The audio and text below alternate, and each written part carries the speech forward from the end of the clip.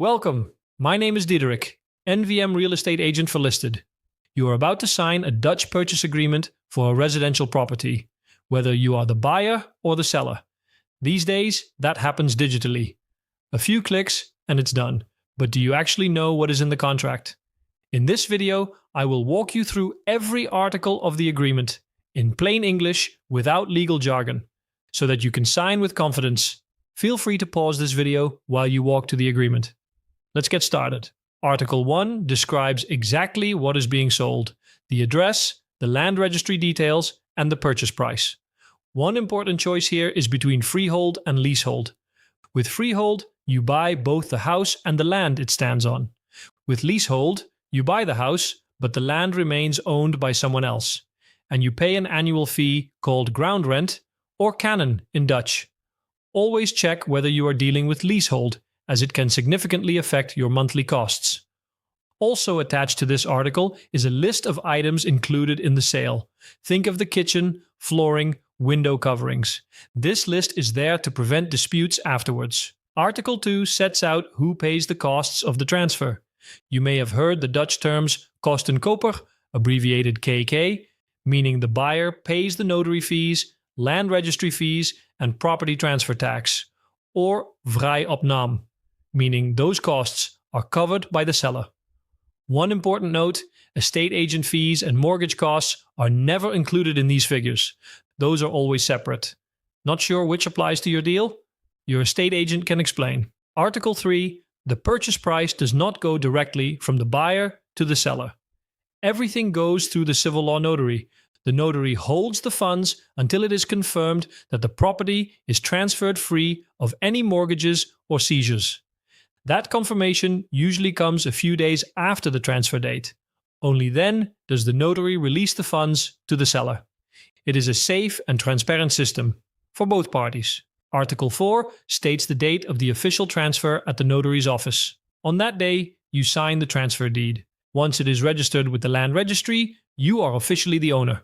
In most cases, you will also receive the keys on the same day. The choice of notary typically lies with the buyer, unless the seller has expressly reserved that right before signing the agreement.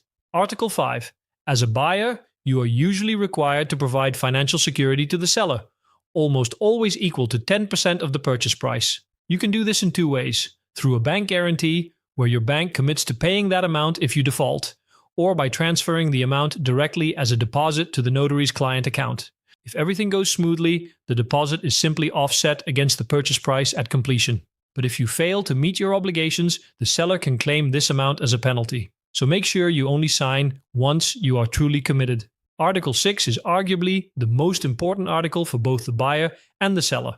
The general rule is you buy the property as it stands at the time of signing, including any visible defects. But there is a crucial exception. The property must be suitable for normal residential use. That means it must be safe and habitable.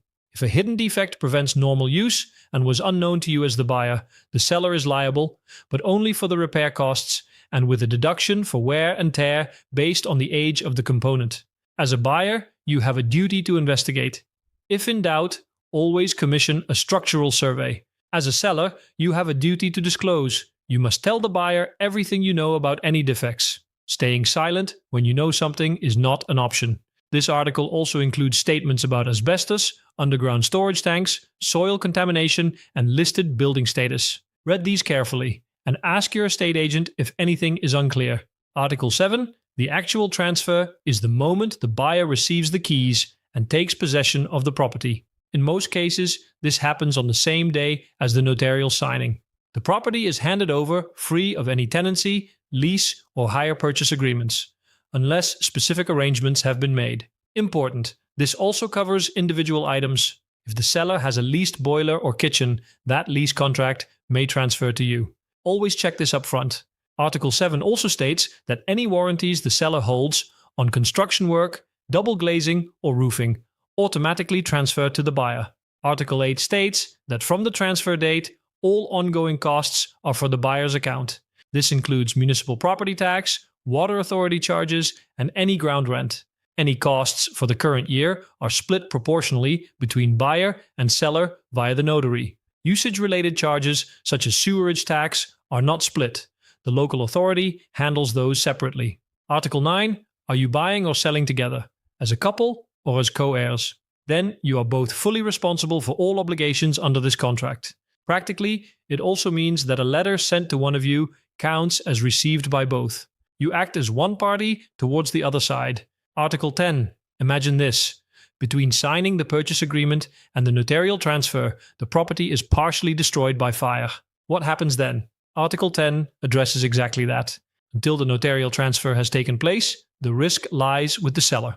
In cases of force majeure, the agreement is automatically cancelled, unless the buyer still wants to proceed and receives the seller's insurance rights as part of the deal, or the seller agrees to repair the damage before the transfer date. As a buyer, arrange buildings insurance from the moment you receive the keys. As a seller, do not cancel your existing insurance too early. Article 11. Suppose the seller decides not to sell after all, or the buyer cannot secure a mortgage and has not included a financing clause. What then? That party is in breach of contract. The other party sends a formal notice of default, giving 8 days to remedy the situation.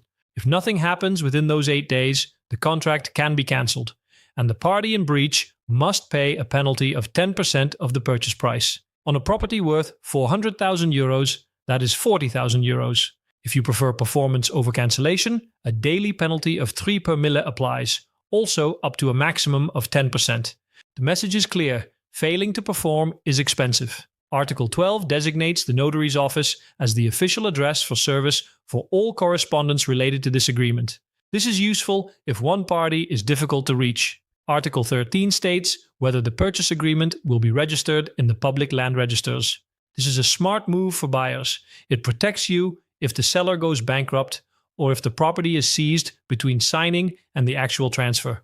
The registration is valid for 6 months. Article 14 is straightforward. Both buyer and seller are entitled to ask each other for valid identification at any time. Article 15, resolutory conditions, are your exit routes in the purchase agreement.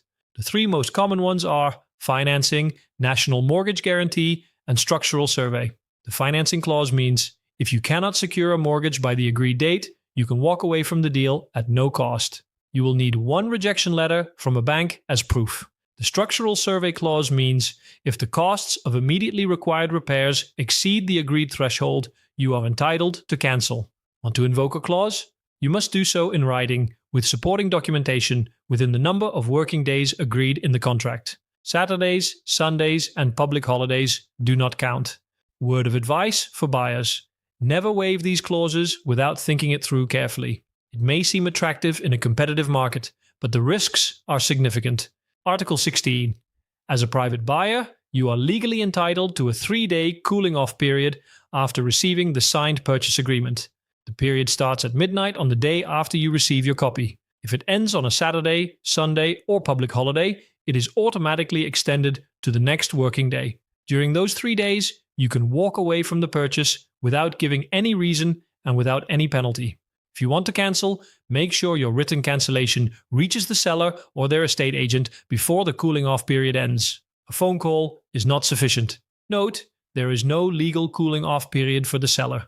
The purchase agreement is only legally binding once both parties have signed. If one party has signed but the other has not yet done so, the first signatory has a safety net. If the other party does not sign within the agreed number of working days, the first signatory may withdraw. Article 18 provides that Dutch law governs this agreement, even if one or both parties have a different nationality. This means any disputes would be resolved through the Dutch courts. Article 19. The purchase agreement comes with a standard set of schedules. These explanatory notes, the list of items included in the sale, the seller's property questionnaire, and an acknowledgement of receipt. Article 20 allows both parties to add any further agreements that are not covered by the standard text. Think of specific handover conditions, included appliances, or a particular completion date. Make sure that everything you have agreed verbally is also recorded here in writing. If it is not in the contract, it does not legally exist. That was a complete overview of all 20 articles in your purchase agreement. We hope it all feels a lot clearer now. Do you still have questions about a specific article, a resolutory condition, or anything else? Please do not hesitate to contact us. We are here to guide you before, during, and after signing. Good luck and congratulations.